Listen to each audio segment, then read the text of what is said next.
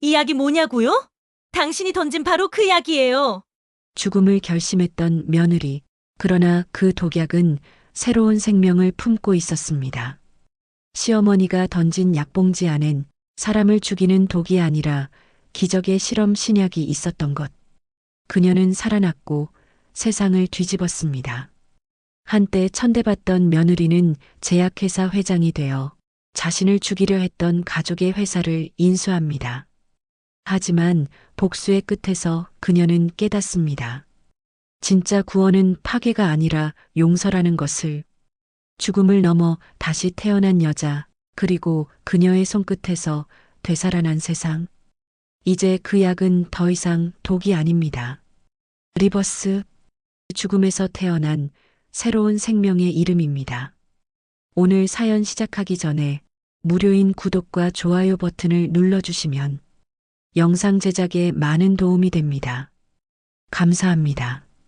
경기도 구리의 낡은 주택, 새벽 5시가 채 되기 전부터 부엌에서는 설거지 소리가 들렸습니다. 58세의 윤서정은 찬물에 손을 담근 채 멍하니 창밖을 바라봤습니다. 손은 시려웠지만 느껴지지 않았습니다. 이미 감각이 무뎌진 지 오래였으니까요. 서정은 약사였습니다. 정확히 말하면 약사였던 사람이죠. 30년 전만 해도 동네에서 제법 이름 있는 약국을 운영했고 환자들의 손을 잡아주며 위로의 말을 건네는 게 일상이었습니다. 하지만 그 약국은 이미 오래전에 문을 닫았고 그 돈마저 남편 박태준의 도박 빚으로 사라졌습니다. 부엌 한쪽 선반에는 약통들이 가지런히 놓여 있었습니다. 혈압약, 당뇨약, 소화제, 진통제. 서정은 그 약통들을 하나씩 만지작거리며 중얼거렸습니다. 남의 병은 고쳐줬지만 내 상처는 아무도 몰라줬지. 그때 거실에서 거친 기침 소리가 들렸습니다. 시어머니 오금순이 깨어난 것이었습니다. 82살의 금순은 나이에 비해 기력이 넘쳤고 그 기력의 대부분은 며느리를 괴롭히는 데 쓰였습니다. 며느라, 물 안 가져와? 서정은 재빨리 물을 따라 거실로 갔습니다. 금수는 물을 받아 마시더니 서정을 위아래로 훑어봤습니다. 꼴이 말이 아니네. 밥은 했어? 네, 어머님. 곧 차리겠습니다. 곧은 무슨 곧이야. 벌써 해놨어야지. 우리 태준이 일찍 나가야 한다고 했잖아. 서정은 고개를 숙였습니다. 남편 태준은 어제도 술에 취해 새벽에 들어왔고 아직 깨어나지도 않았습니다. 하지만 서정은 아무 말도 하지 않았습니다. 변명해봤자 소용없다는 걸 지난 수십 년간 뼈저리게 배웠으니까요. 서정은 부엌으로 돌아가 밥상을 차리기 시작했습니다. 시어머니가 좋아하는 된장찌개를 끓이고 김치를 담고 계란말이를 부쳤습니다. 자신은 먹지도 않을 음식이었지만 정성만큼은 다했습니다. 그게 이 집에서 살아남는 유일한 방법이라고 믿었으니까요. 밥상을 들고 나가자 금수는 인상을 찌푸렸습니다. 이게 뭐야? 어제 찌개랑 똑같잖아. 죄송합니다, 어머님. 다시 끓여드릴게요. 됐어. 그냥 먹을게. 쯧쯧. 의사 와이프가 약사 주제에 돈 한 푼 못 벌어와? 밥이나 제대로 했으면 좋겠네. 서정의 가슴이 무너졌습니다. 의사 와이프라는 말이 비수처럼 꽂혔습니다. 남편 태주는 의사가 맞았습니다. 하지만 병원을 그만둔 지 벌써 10년이 넘었고 그 이후로는 사업이라는 이름으로 돈을 날리기만 했습니다. 한국의 80년대, 90년대를 관통하며 살아온 금순에게 며느리의 희생은 당연한 것이었습니다. 아들이 잘못해도 며느리 탓, 집안이 기울어도 며느리 탓, 세상 모든 불행이 며느리 때문이었습니다. 오전 10시가 넘어서야 남편 태준이 방에서 나왔습니다. 부스스한 머리에 술 냄새가 진동했습니다. 서정은 조용히 물 한 잔을 건넸지만 태주는 받지도 않았습니다. 밥은 차려놨습니다. 태주는 식탁에 앉더니 몇 숟가락 뜨다가 숟가락을 내려놨습니다. 이게 밥이야? 걔 밥도 아니고. 서정은 입술을 깨물었습니다. 말대답하면 더 심한 욕설이 돌아올 것이 뻔했습니다. 태주는 밥상을 밀어내며 일어섰습니다. 나 나간다. 중요한 약속 있어. 금순이 아들에게 물었습니다. 무슨 약속인데? 사업 관련이에요, 어머니. 이번엔 제대로 될 것 같아요. 태주는 그렇게 말하고 집을 나갔습니다. 서정은 알고 있었습니다. 그 약속이라는 게 도박장이나 술집이라는 걸. 하지만 아무 말도 하지 않았습니다. 오후가 되자 서정은 혼자 부엌에 앉아 약통을 정리했습니다. 약사였던 습관이 남아서인지 약통을 정리하는 것만이 유일한 위안이었습니다. 하나하나 날짜를 확인하고 용량을 체크하고 복용법을 머릿속으로 되뇌었습니다. 저녁 무렵 아들 오지훈이 잠깐 들렀습니다. 34세 지훈은 이제 제법 괜찮은 회사에 다니고 있었습니다. 서정은 반가운 마음에 아들에게 다가갔습니다. 지훈아, 밥은 먹었니? 하지만 지훈은 어머니를 제대로 쳐다보지도 않았습니다. 대신 할머니에게 다가가 인사를 했습니다. 할머니, 건강하시죠? 그래, 우리 손자. 요새 일은 잘 되고? 네, 할머니. 다음 달에 승진할 것 같아요. 금수는 손자를 자랑스럽게 쳐다봤습니다. 그리고 며느리를 힐끗 보며 말했습니다. 우리 지훈이는 어미를 안 닮아서 다행이야. 아버지 닮았어. 서정의 가슴이 찢어지는 것 같았습니다. 자식마저 자신을 외면하는 현실이 너무 아팠습니다. 지훈은 잠깐 앉아 있다가 일어났습니다. 저 가봐야 해요. 약속이 있어서요. 그래, 잘 가거라. 우리 손자. 지훈은 할머니에게만 인사하고 나갔습니다. 어머니에게는 눈길조차 주지 않았습니다. 서정은 아들의 뒷모습을 바라보며 눈물을 참았습니다. 밤이 되자 서정은 다시 부엌으로 나왔습니다. 잠이 오지 않았습니다. 아니, 자고 싶지 않았습니다. 꿈속에서조차 이 현실이 이어질 것 같았으니까요. 창밖으로 보이는 달빛이 유난히 차가웠습니다. 서정은 약통을 하나 집어들고 뚜껑을 열었습니다. 그 안에는 하얀 알약들이 가득했습니다. 서정은 그 알약을 보며 생각했습니다. 이걸 다 먹으면 편해질까? 하지만 서정은 곧 고개를 저었습니다. 죽을 용기조차 없었습니다. 아니, 죽음마저도 허락되지 않는 삶이었습니다. 서정은 조용히 중얼거렸습니다. 남의 병은 고쳐졌지만 내 상처는 아무도 몰라줬지. 거실에서는 시어머니의 코 고는 소리가 들렸습니다. 그 소리가 서정에게는 조롱처럼 들렸습니다. 이 집에서 서정의 존재는 공기보다 가벼웠습니다. 서정은 창문을 열고 새벽 공기를 마셨습니다. 차가운 공기가 폐를 파고들었지만 아무것도 느껴지지 않았습니다. 이미 마음이 얼어버린 지 오래였으니까요. 이 삶이 정말 끝일까요? 하지만 대답해주는 사람은 아무도 없었습니다. 오직 차가운 침묵만이 서정을 감쌌습니다. 서정의 하루는 여전히 똑같았습니다. 새벽에 일어나 밥을 짓고 시어머니를 모시고 남편의 눈치를 살피는 일상의 반복이었습니다. 하지만 서정의 눈빛은 점점 더 공허해져 갔습니다.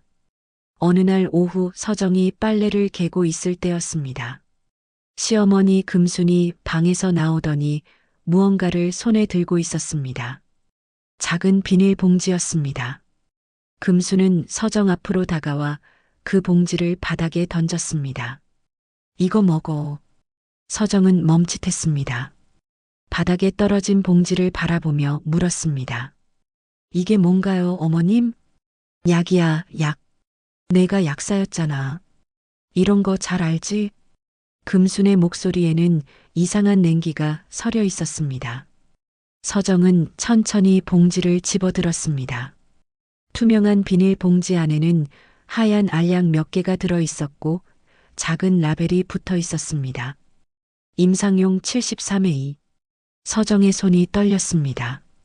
약사로 일했던 경험이 있었기에 임상용이라는 말이 무엇을 뜻하는지 알고 있었습니다. 아직 정식으로 승인되지 않은 실험약이라는 의미였습니다. 어머님, 이거 먹고 편해져. 세상도 널 잊었잖아. 금순의 말은 차갑고 단호했습니다. 서정은 시어머니의 얼굴을 올려다봤습니다. 그 얼굴에는 조금의 미안함도 망설임도 없었습니다. 오직 며느리를 향한 증오만이 가득했습니다. 어머님, 이건 임상용 약입니다. 사람이 먹으면 안 되는. 시끄러워. 너 같은 게 뭘 안다고 짓거려. 그냥 먹으라면 먹어. 금수는 소리를 지르며 방으로 들어가 버렸습니다. 서정은 손에 든 약봉지를 멍하니 바라봤습니다. 시어머니가 자신에게 이런 약을 주다니. 설마 정말로 죽으라는 뜻일까요? 서정은 부엌으로 들어가 약봉지를 식탁 위에 올려놨습니다. 라벨을 자세히 들여다봤습니다. 임상용 73회. 용도나 성분에 대한 설명은 전혀 없었습니다. 다만 빨간 글씨로 취급주의라고만 적혀 있었습니다. 서정은 의자에 앉아 한참을 그 약봉지를 바라봤습니다. 머릿속이 복잡했습니다. 시어머니는 왜 이런 약을 주었을까요? 어디서 구한 걸까요? 그리고 정말로 자신을 죽이려는 걸까요? 밤이 되었습니다. 남편 태주는 역시나 집에 들어오지 않았습니다. 시어머니는 일찍 잠자리에 들었고 집안은 고요했습니다. 서정은 혼자 부엌에 앉아 약봉지를 손에 쥐고 있었습니다. 이거 먹고 편해져. 세상도 널 잊었잖아. 시어머니의 말이 귓가에 맴돌았습니다. 편해지라는 말. 그건 죽으라는 말과 다르지 않았습니다. 서정은 눈물이 흘러내렸습니다. 자신의 인생이 이토록 비참할 줄 몰랐습니다. 약사로 일하며 수많은 환자를 돌봤던 서정이었습니다. 아픈 사람들에게 약을 건네며 희망을 전했던 서정이었습니다. 하지만 정작 자신은 누구에게도 희망을 받지 못했습니다. 서정은 약봉지를 뜯었습니다. 하얀 알약 5개가 손바닥 위로 떨어졌습니다. 작고 둥근 알약들. 이 작은 것들이 자신의 삶을 끝낼 수도 있다는 생각이 들었습니다. 그래, 이게 나을지도 몰라. 서정은 물 한 잔을 따랐습니다. 손이 떨렸습니다. 물잔을 들고 알약을 바라봤습니다. 30년간 참고 견뎠던 삶. 하지만 이제는 더 이상 버틸 힘이 남아있지 않았습니다. 서정은 알약 하나를 입에 넣었습니다. 쓴맛이 혀끝에서 퍼졌습니다. 그리고 물로 삼켰습니다. 1알, 2알, 3알, 5알을 모두 삼켰습니다. 물잔을 내려놓자 손이 덜덜 떨렸습니다. 서정은 눈을 감았습니다. 눈물이 볼을 타고 흘러내렸습니다. 미안해, 지훈아. 엄마가 정말 미안해. 서정은 아들에게 마지막 인사를 건넸습니다. 비록 아들이 자신을 외면했지만 서정에게 아들은 여전히 소중한 존재였으니까요. 시간이 흘렀습니다. 10분, 20분, 30분. 서정은 식탁에 엎드린 채 의식이 흐려지는 것을 느꼈습니다. 호흡이 가빠졌고 가슴이 조여왔습니다. 온몸이 차갑게 식어갔습니다. 이제 끝이구나. 서정은 그렇게 생각하며 눈을 감았습니다. 호흡이 점점 약해졌습니다. 심장 박동이 느려졌습니다. 죽음이 다가오고 있었습니다. 그런데 그때였습니다. 어둠 속에서 희미한 빛이 보였습니다. 서정은 그 빛을 향해 손을 뻗었습니다. 빛 속에서 누군가의 목소리가 들렸습니다. 당신은 아직 끝나지 않았습니다. 서정은 귀를 기울였습니다. 분명히 누군가의 목소리였습니다. 부드럽지만 힘이 있는 목소리였습니다. 당신은 새 생명을 얻을 것입니다. 이것은 끝이 아니라 시작입니다. 서정은 그 목소리를 따라가려 했습니다. 하지만 몸이 움직이지 않았습니다. 의식이 완전히 사라지는 것 같았습니다. 다음 날 새벽 서정은 눈을 떴습니다. 아니, 정확히는 눈을 뜨게 되었습니다. 식탁에 엎드려 있던 서정은 천천히 고개를 들었습니다. 내가 살아있어? 서정은 자신의 손을 바라봤습니다. 분명 어젯밤 약을 먹고 죽어가고 있었는데 지금은 멀쩡했습니다. 아니, 멀쩡한 정도가 아니었습니다. 주변이 이상할 정도로 선명하게 보였습니다. 부엌 구석구석, 먼지 하나하나까지 또렷하게 보였습니다. 시력이 좋아진 것 같았습니다. 아니, 좋아진 정도가 아니라 비정상적으로 선명했습니다.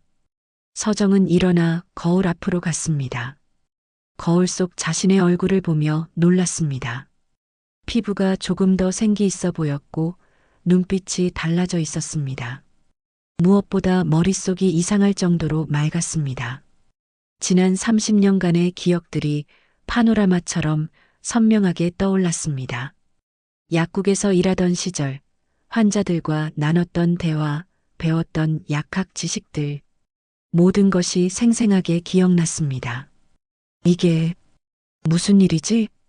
서정은 식탁 위에 놓인 빈 약봉지를 집어들었습니다. 임상용 73회. 이 약이 자신을 죽인 게 아니라 살린 걸까요? 서정은 며칠간 자신의 몸 상태를 관찰했습니다. 분명히 이상한 일이 벌어지고 있었습니다. 시력은 계속 선명했고 기억력도 놀라울 정도로 좋아져 있었습니다. 30년 전 약학 교과서 내용까지 생생하게 떠올랐습니다. 더 놀라운 건 체력이었습니다. 평소라면 새벽부터 집안일을 하면 오후엔 녹초가 되었는데 이제는 하루 종일 일해도 피곤하지 않았습니다. 마치 20대로 돌아간 것 같았습니다. 하지만 서정은 이 변화를 누구에게도 말하지 않았습니다. 시어머니에게 말하면 또 무슨 구박을 들을지 몰랐고 남편은 관심조차 없었으니까요. 서정은 혼자 이 비밀을 간직한 채 지냈습니다. 그러던 어느 날 서정은 결심했습니다. 병원에 가서 정확히 확인해 봐야겠다고. 약을 먹고도 살아났다는 게 정상적인 일은 아니었으니까요. 서정은 시어머니 몰래 집을 나와 종합병원으로 향했습니다. 오랜만에 나선 외출이었습니다. 병원에 도착해 접수를 하고 진료를 기다렸습니다. 윤서정님, 진료실로 들어오세요. 서정은 진료실로 들어갔습니다. 젊은 의사가 서정을 맞이했습니다. 어디가 불편하세요? 최근에 약을 먹었는데 그 후로 몸 상태가 이상해져서요. 어떤 약을 드셨는데요? 서정은 가방에서 빈 약봉지를 꺼냈습니다. 의사는 그 봉지를 받아들고 라벨을 확인했습니다. 순간 의사의 얼굴이 굳어졌습니다. 이건 임상용 73회이잖아요. 이걸 어디서 구하셨습니까? 그건 중요하지 않습니다. 제가 이 약을 먹었는데 살아있어요. 오히려 몸 상태가 좋아졌고요. 의사는 믿을 수 없다는 표정으로 서정을 바라봤습니다. 이 약은 아직 사람에게 사용 승인이 나지 않은 신경재생 실험약입니다. 동물 실험 단계에서도 부작용이 심각해서 중단된 것으로 알고 있는데요. 서정의 가슴이 두근거렸습니다. 신경재생 실험약. 그래서 자신의 시력과 기억력이 좋아진 걸까요? 정밀 검사가 필요합니다. 혈액 검사와 MRI 촬영을 진행하겠습니다. 서정은 의사의 지시에 따라 여러 검사를 받았습니다. 혈액을 뽑고 MRI 기계 안에 누워 촬영을 했습니다. 검사는 몇 시간이나 걸렸습니다. 일주일 후 서정은 다시 병원을 찾았습니다. 이번엔 진료실이 아니라 특별 상담실로 안내받았습니다.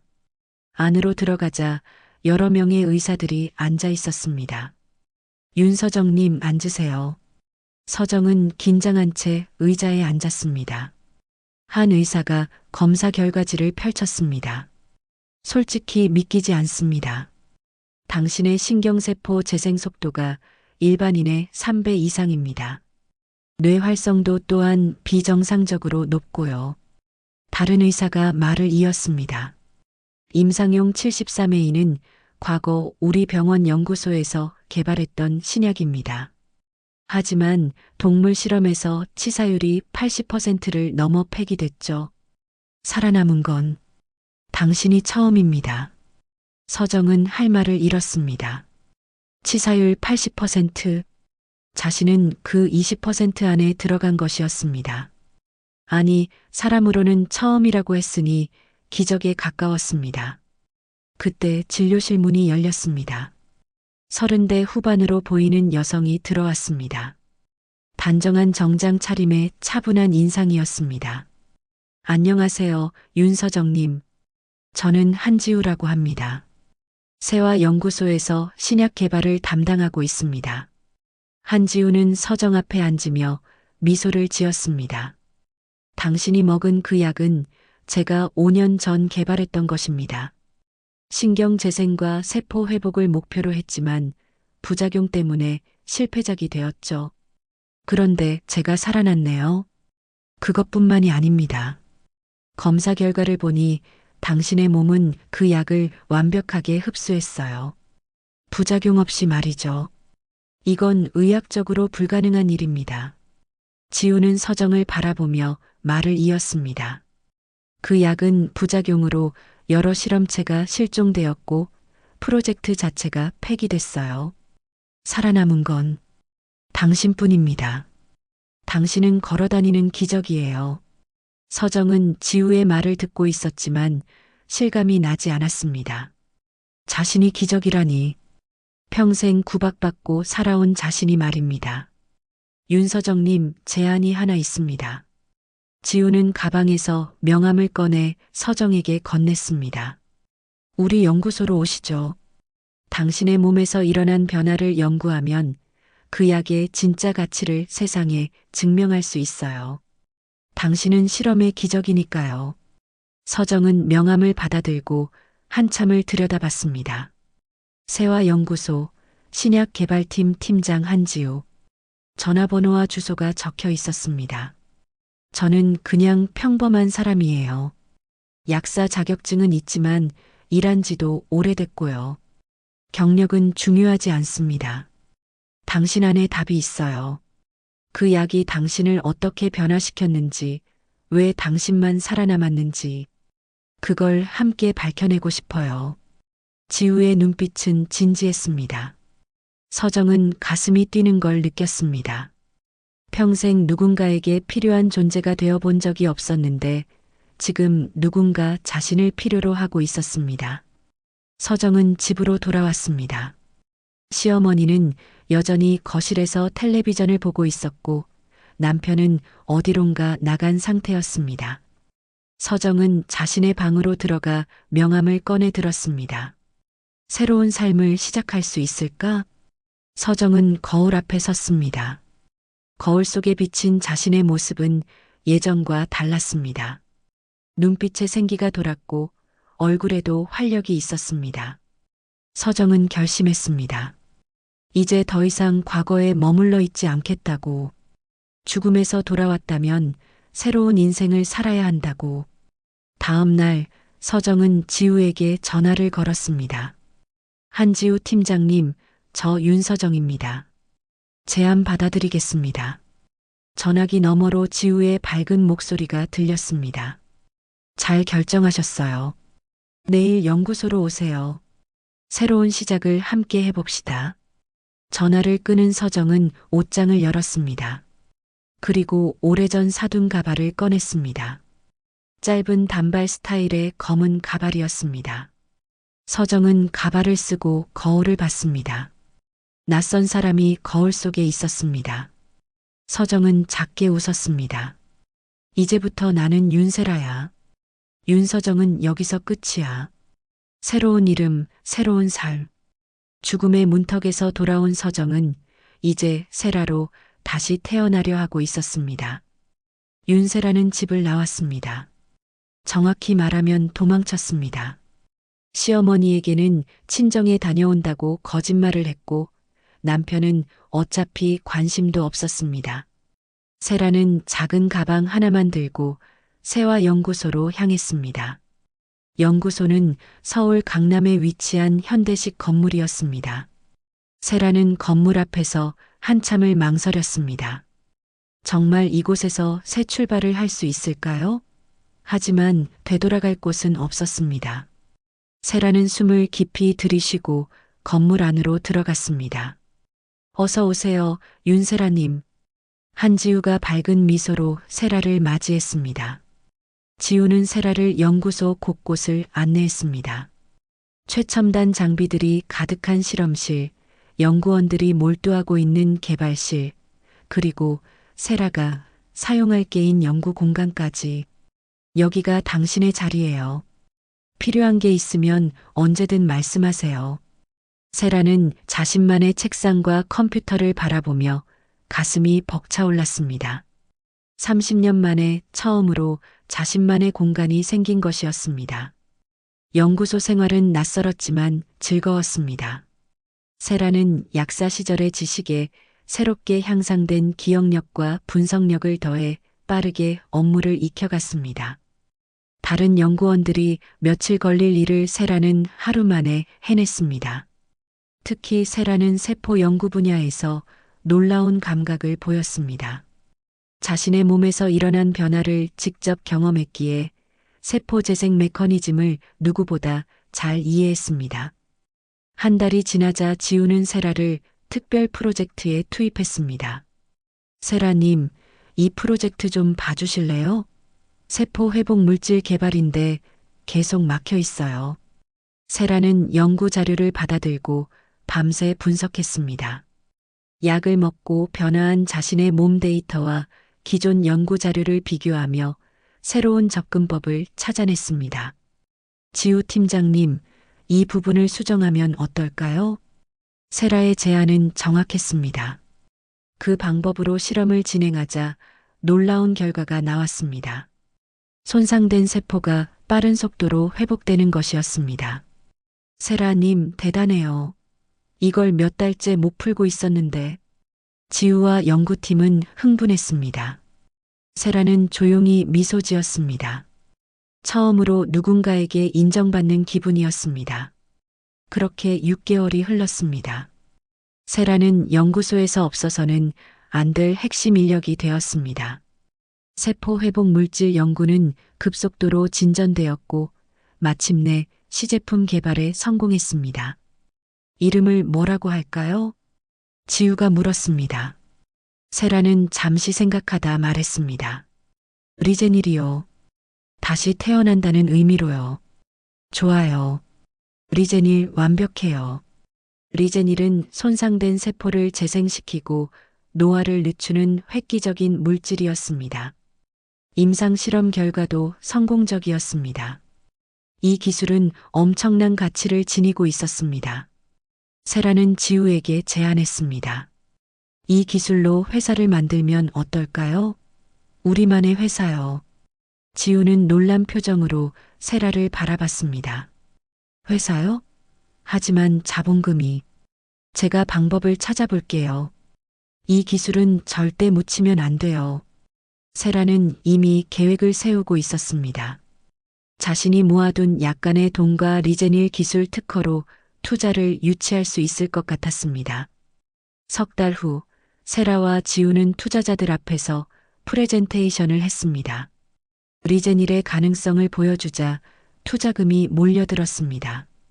드디어 회사를 설립할 수 있게 된 것이었습니다. 회사 이름은 뭐로 할까요? 세라는 망설임 없이 대답했습니다. 세아바이오요. 세상을 다시 꽃피운다는 뜻이에요. 회사 이름에는 세라의 의지가 담겨 있었습니다. 죽음에서 다시 살아난 것처럼 세상에 새로운 생명을 불어넣겠다는 의미였습니다. 세아바이오는 빠르게 성장했습니다. 리제닐의 효능이 입증되면서 대형 제약회사들이 기술 제휴를 요청했고 투자금도 계속 늘어났습니다.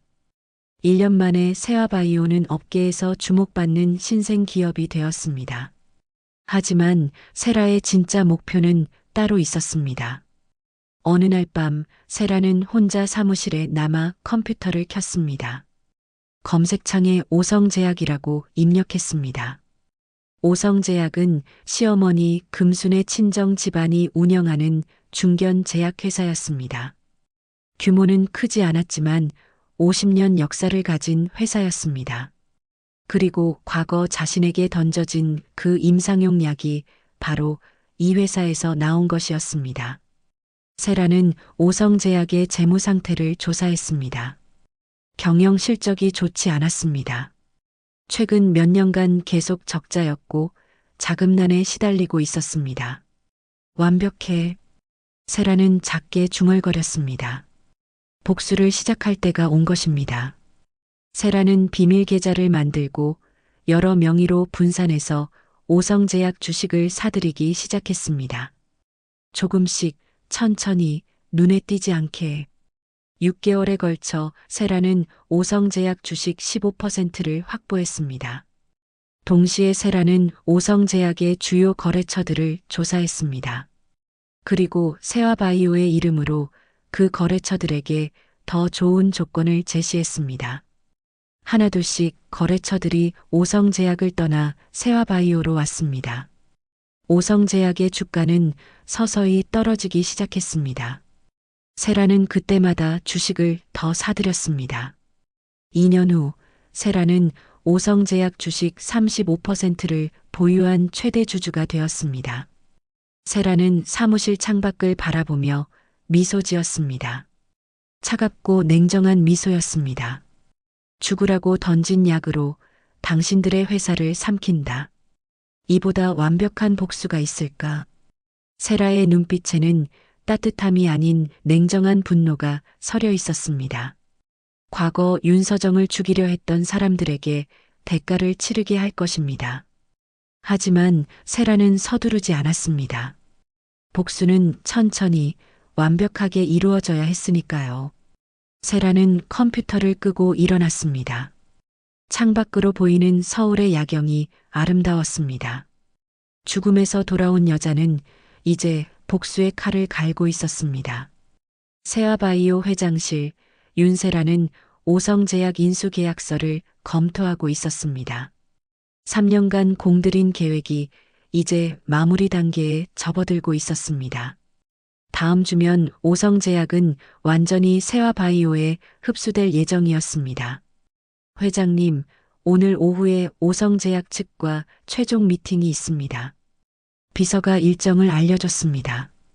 세라는 고개를 끄덕였습니다. 드디어 시어머니 금순과 직접 대면하게 되는 것이었습니다.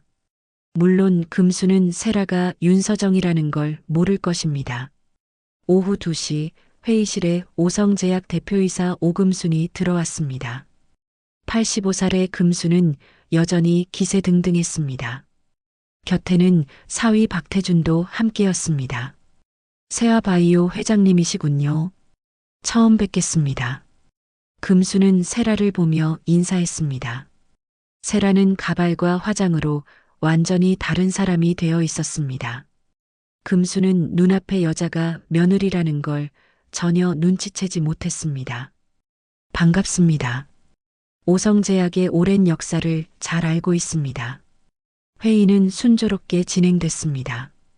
계약 조건을 확인하고 인수 일정을 조율했습니다.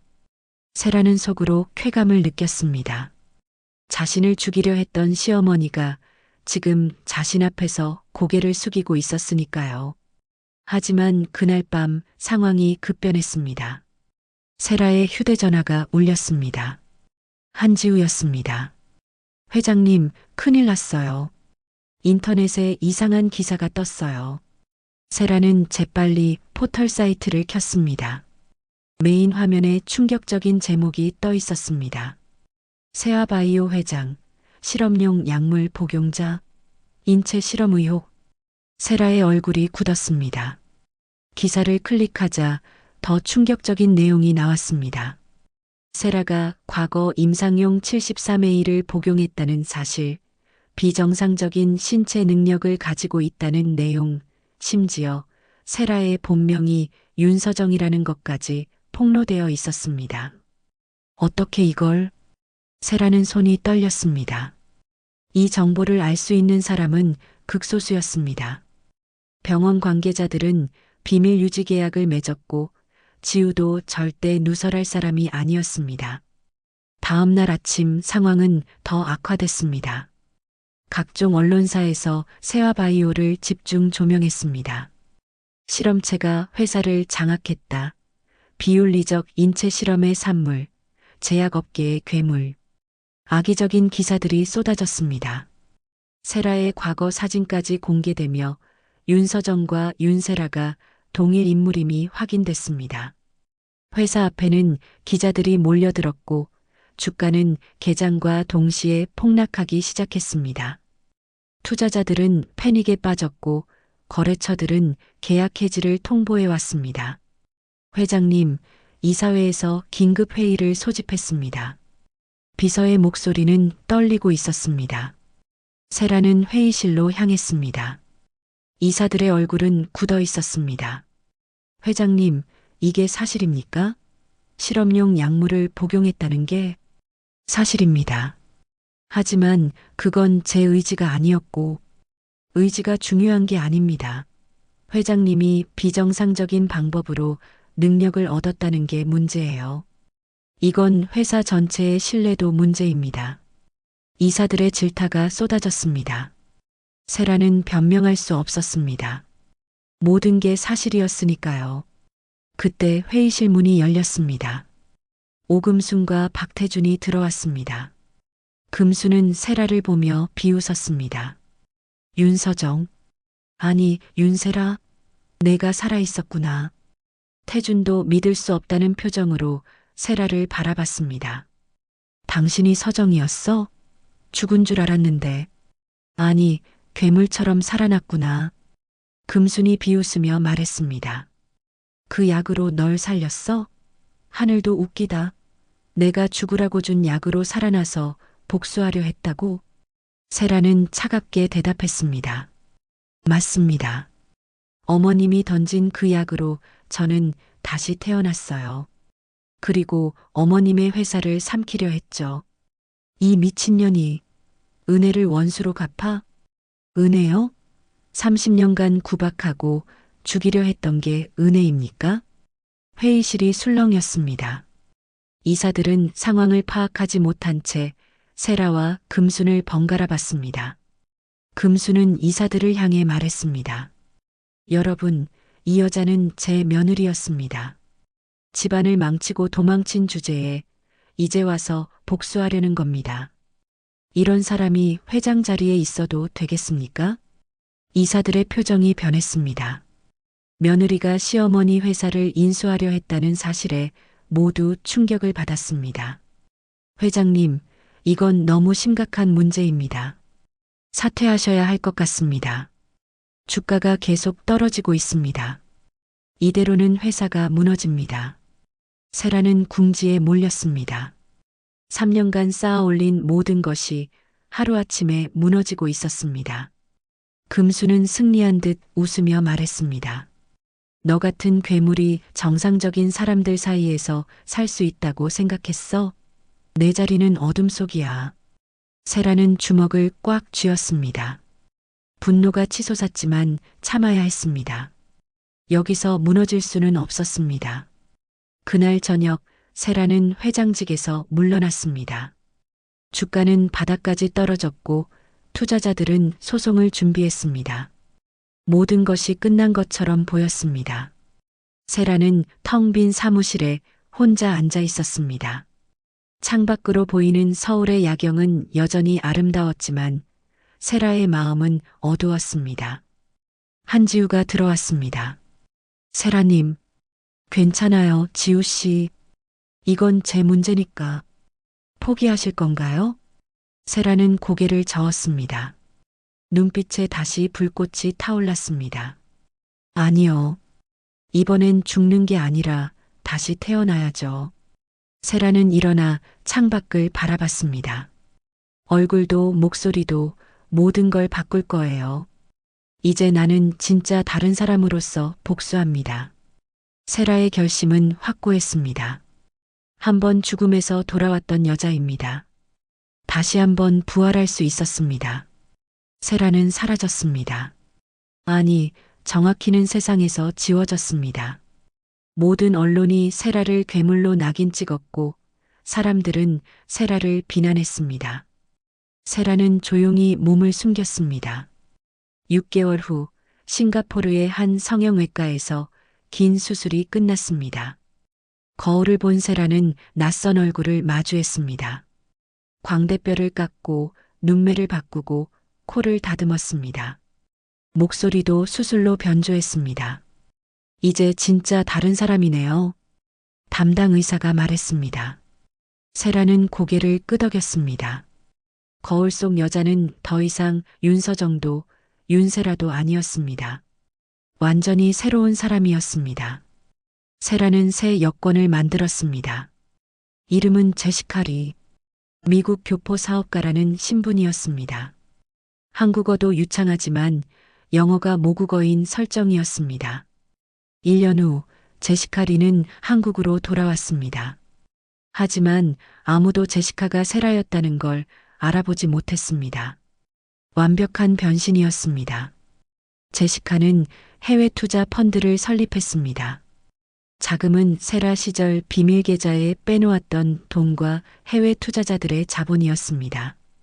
펀드의 규모는 상당했습니다. 제시카는 한국 제약업계를 조사하기 시작했습니다. 그리고 놀라운 사실을 발견했습니다. 세아바이오는 세라가 떠난 후 경영난에 시달리고 있었고 오성제약 역시 재정 상태가 악화되고 있었습니다. 둘 다 무너지고 있군요. 제시카는 차분하게 분석했습니다. 세아바이오는 리제닐 기술을 가지고 있었지만 리더십 공백으로 방향을 잃었고 오성제약은 오래된 경영 방식으로 시장에서 밀려나고 있었습니다. 제시카는 양측에 동시에 접근했습니다. 먼저 세아바이오 이사회에 제안서를 보냈습니다. 해외 자본 유치를 통한 경영 정상화. 이사회는 제시카의 제안을 받아들였습니다. 다른 선택지가 없었으니까요. 제시카는 최대 주주가 되었고 이사회 의장 자리에 올랐습니다. 동시에 오성제약에도 접촉했습니다. 금순을 만난 자리에서 제시카는 유창한 영어와 한국어를 섞어가며 말했습니다. 오성제약의 역사와 세아바이오의 기술을 합치면 시너지가 날 겁니다. 합병을 제안합니다. 금수는 의심스러운 눈으로 제시카를 바라봤습니다. 당신은 누구요? 갑자기 나타나서. 제시카 리입니다. 미국에서 제약 사업을 해왔고 한국 시장에 관심이 많습니다. 금수는 고민했습니다. 오성제약은 자금난이 심각했습니다. 하지만 쉽게 결정할 수 없었습니다. 시간을 주시오. 가족들과 상의해 봐야겠소. 제시카는 미소 지었습니다. 시간은 충분했습니다. 한 달 후 협상 테이블에 금순과 태준이 앉았습니다. 제시카는 침착하게 합병 조건을 설명했습니다. 양측 모두 윈윈할 수 있는 구조였습니다. 협상은 순조롭게 진행됐습니다. 하지만 제시카에게는 다른 목적이 있었습니다. 바로 진실을 밝히는 것이었습니다. 제시카는 비밀리에 오성제약 내부 자료를 조사했습니다. 과거 기록들을 하나하나 검토했습니다. 그리고 20년 전 자료에서 충격적인 문서를 발견했습니다. 임상용 73회의 불법 반출 기록. 제시카의 손이 떨렸습니다. 자료를 자세히 읽어 내려갔습니다.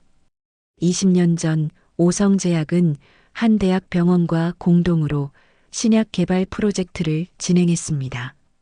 그 프로젝트의 산물이 바로 임상용 73회이었습니다. 하지만 프로젝트는 실패로 끝났고 모든 샘플은 폐기 처분될 예정이었습니다. 그런데 누군가 샘플을 빼돌렸습니다. 바로 오금순이었습니다. 자료에는 금순의 서명이 선명하게 남아 있었습니다. 금순은 실패한 신약이 언젠가 가치가 있을 거라고 판단해 몰래 보관해 왔던 것입니다. 그러니까 제시카는 천천히 사실을 정리했습니다. 금순이 불법으로 획득한 약을 며느리에게 던진 것이었습니다. 죽이려고 던진 그 약이 사실은 금순 자신의 범죄 증거였던 것이죠. 제시카는 더 깊이 파고들었습니다. 왜 금순은 그 약을 보관했을까요? 추가 조사 결과 금순은 그 약을 암시장에 팔려고 했다는 정황이 드러났습니다. 실패한 신약이라도 암시장에서는 수요가 있었습니다. 금순은 탐욕 때문에 불법 약물을 보관했고 결국 그것을 며느리에게 던진 것입니다. 어머님의 탐욕이 저를 죽였고 동시에 살렸네요. 제시카는 씁쓸하게 웃었습니다. 아이러니했습니다. 금순의 범죄가 세라를 만들었고 제시카를 탄생시킨 것입니다. 제시카는 모든 증거 자료를 복사했습니다. 금순의 서명, 불법 반출 기록, 암시장 거래 시도 흔적까지 완벽한 증거였습니다. 하지만 제시카는 바로 공개하지 않았습니다. 복수는 타이밍이 중요했습니다. 제시카는 조용히 자료를 보관하며 생각했습니다. 복수를 어떻게 끝내야 할까? 제시카는 깨달았습니다. 복수는 완성하는 게 아니라 끊어내는 것이라는 걸. 금순을 파멸시키는 것도 복수지만 진실을 밝히고 정의를 세우는 것도 복수였습니다. 며칠 후 제시카는 한지우를 만났습니다. 지우는 제시카를 보며 의아해했습니다. 제시카리 이사님, 처음 뵙겠습니다. 제시카는 조용히 웃었습니다. 지우 씨, 저예요. 네, 무슨, 윤세라예요. 지우의 눈이 커졌습니다. 믿을 수 없다는 표정으로 제시카를 바라봤습니다. 세라님, 정말요? 하지만 얼굴이 모두 바꿨어요. 목소리까지. 이제 저는 제시카 리입니다. 지우는 한참을 말없이 제시카를 바라봤습니다. 그리고 조용히 물었습니다. 왜 돌아오셨어요? 끝내야 할 일이 있어서요. 하지만 이번엔 복수가 아니라 진실을 위해서입니다. 제시카는 지우에게 발견한 자료를 보여줬습니다. 지우는 자료를 읽으며 충격을 받았습니다. 이건 완전히 범죄잖아요. 맞아요. 그리고 이 진실을 세상에 알릴 겁니다. 하지만 제 방식으로요. 제시카의 눈빛은 차갑지만 평온했습니다. 더 이상 분노에 사로잡힌 복수가 아니었습니다. 진실을 밝히고 정의를 세우는 것. 그게 진짜 복수였습니다. 지우 씨, 저와 함께 해주실래요? 마지막까지. 지우는 고개를 끄덕였습니다. 물론이죠, 세라님. 아니, 제시카님. 두 여자는 마주보며 미소 지었습니다. 최후의 전쟁을 준비하는 미소였습니다. 세아바이오와 오성제약의 합병 주주총회가 열리는 날이었습니다. 서울 강남의 대형 컨벤션 홀에는 수백 명의 주주들과 기자들이 모여들었습니다. 업계 최대 이슈였으니까요. 제시카 리는 차분하게 무대 뒤에서 대기하고 있었습니다. 검은색 정장 차림의 제시카는 침착해 보였지만 가슴은 빠르게 뛰고 있었습니다. 오늘이 모든 것이 끝나는 날이었습니다. 한지우가 다가왔습니다. 준비됐어요? 네, 지우 씨. 이제 끝을 봐야죠. 제시카는 작은 약병을 꺼내 손에 쥐었습니다. 그 안에는 하얀 알약이 들어 있었습니다. 바로 임상용 73회이었습니다. 주주총회가 시작됐습니다. 사회자가 합병 안건을 설명했고 찬반 토론이 이어졌습니다. 분위기는 대체로 긍정적이었습니다. 양사 모두 살 길을 찾은 것처럼 보였으니까요. 그런데 그때였습니다. 뒤편에서 누군가 손을 들었습니다. 이에 있습니다. 오금순이었습니다. 85살의 금순은 지팡이를 짚고 일어났습니다. 곁에는 박태준도 함께였습니다. 진행하기 전에 밝혀야 할 사실이 있습니다. 홀이 술렁였습니다. 금수는 무대 앞으로 걸어 나왔습니다. 여러분, 저 제시카 리라는 사람의 정체를 아십니까? 제시카는 미소를 지었습니다. 예상했던 순간이었습니다. 금순이 계속 말했습니다. 저 여자는 제 며느리 윤서정입니다. 죽은 줄 알았던 여자가 얼굴을 바꾸고 나타난 겁니다. 홀이 웅성거렸습니다. 기자들의 카메라 플래시가 터졌습니다. 태준도 나섰습니다. 맞습니다. 저 여자는 제 아내였어요. 실험용 약을 먹고 괴물이 된 여자입니다. 주주들은 충격에 빠졌습니다. 제시카는 여전히 침착했습니다. 오히려 자리에서 일어나 무대 위로 올라갔습니다. 말씀하실 기회를 드리죠. 사회자가 당황하며 말했습니다. 제시카 리 이사님, 이건 괜찮습니다. 사실을 말할 시간입니다. 제시카는 마이크를 잡았습니다. 홀 전체가 조용해졌습니다. 수백 명의 시선이 제시카에게 쏠렸습니다. 맞습니다. 저는 윤서정이었습니다. 홀이 다시 술렁였습니다. 제시카는 차분하게 말을 이었습니다. 30년간 며느리로 살았습니다. 구박받고 무시당하고 존재 자체를 부정당하며 살았죠. 그리고 어느 날 시어머니께서 저에게 약을 던지셨습니다. 제시카는 금순을 바라봤습니다. 금순의 얼굴이 굳어졌습니다. 죽으라고 하셨죠. 그래서 저는 그 약을 먹었습니다. 죽기 위해서요. 기자들이 받아 적기 시작했습니다. 제시카는 계속했습니다. 하지만 죽지 않았습니다. 오히려 살아났어요. 새로운 생명을 얻었습니다. 그리고 깨달았습니다. 이건 저에게 주어진 두 번째 기회라고. 제시카는 주머니에서 작은 약병을 꺼냈습니다. 관중이 숨을 죽였습니다. 금순이 소리쳤습니다. 그럼 지금 내가 들고 있는 건 뭔데? 또 그 약이냐? 제시카는 조용히 고개를 끄덕였습니다. 맞습니다. 어머님이 던지셨던 바로 그 약입니다. 임상용 73A. 홀이 술렁였습니다. 제시카는 약병 뚜껑을 열었습니다. 하얀 알약이 손바닥 위로 떨어졌습니다. 여러분께 보여드리겠습니다. 이 약이 독인지 아니면 기적인지. 제시카는 알약을 입에 넣었습니다. 관중이 경악했습니다. 몇몇은 비명을 질렀습니다. 기자들의 카메라가 미친 듯이 셔터를 눌렀습니다. 제시카는 물 한 모금과 함께 약을 삼켰습니다. 그리고 마이크 앞에 섰습니다. 이 약은 독이 아닙니다. 10초가 흘렀습니다. 20초, 30초. 제시카는 여전히 멀쩡히 서 있었습니다. 오히려 눈빛은 더 또렷해 보였습니다. 이 약은 생명의 시작이었습니다. 신경을 재생시키고 세포를 회복시키는 기적의 약이죠. 관중이 웅성거렸습니다. 제시카는 뒤를 돌아 대형 스크린을 가리켰습니다. 하지만 여러분이 정말 알아야 할 진실은 따로 있습니다. 스크린이 켜졌습니다. 오래된 문서들이 화면에 나타났습니다. 20년 전 오성제약은 대학병원과 공동으로 신약 개발 프로젝트를 진행했습니다. 하지만 실패했고 모든 샘플은 폐기될 예정이었습니다. 다음 화면으로 넘어갔습니다. 금순의 서명이 선명한 문서였습니다. 하지만 누군가 불법으로 샘플을 빼돌렸습니다. 바로 오금순 대표이사입니다.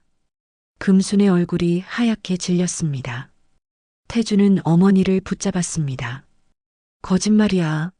조작이라고. 제시카는 냉정하게 말했습니다. 조작이 아닙니다. 이건 오성제약 내부 기록 보관소에서 나온 원본입니다.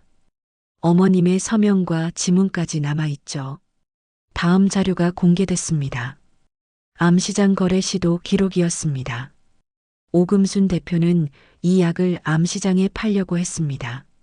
실패한 신약이라도 불법 시장에서는 가치가 있었으니까요. 기자들이 미친 듯이 사진을 찍었습니다. 주주들은 충격에 빠졌습니다. 제시카는 금순을 바라보며 말했습니다. 어머님의 탐욕이 저를 죽이려 했고 동시에 살렸습니다. 어머님이 불법으로 가져온 그 약이 저에게 새 생명을 준 겁니다.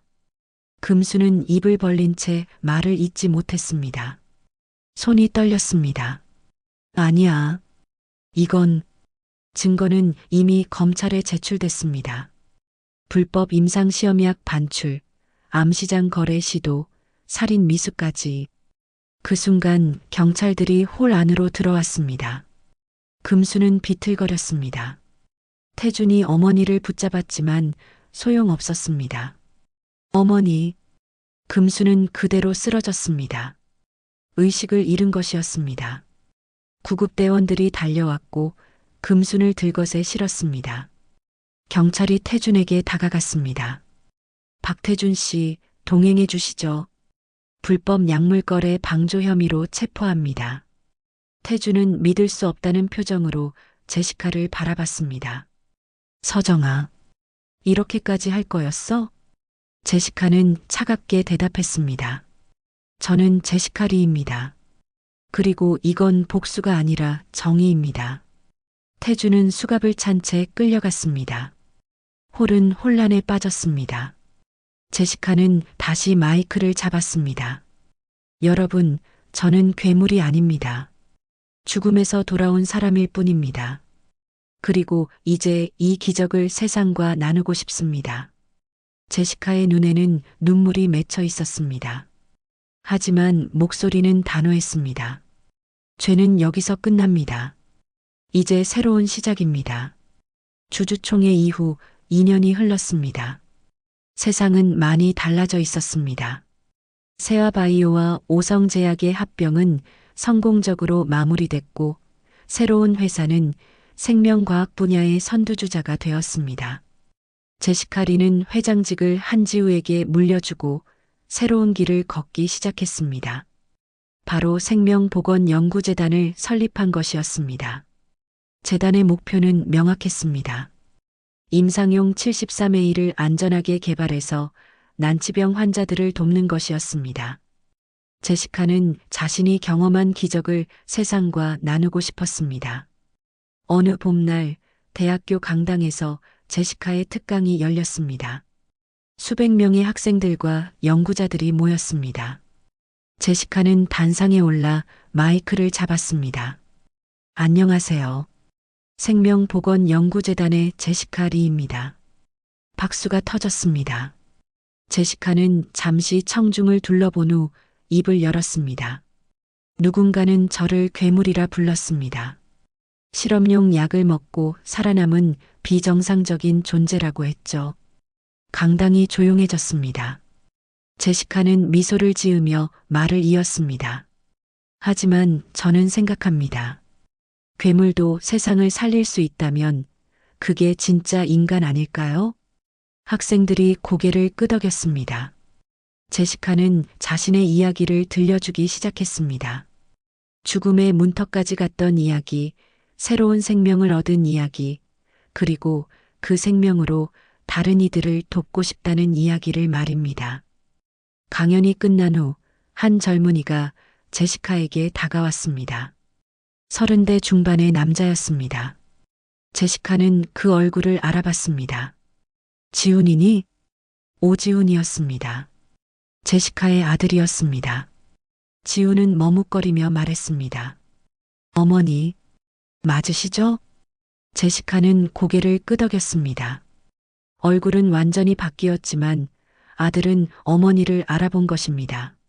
네, 지훈아. 엄마야. 지훈의 눈에 눈물이 맺혔습니다. 죄송해요, 어머니.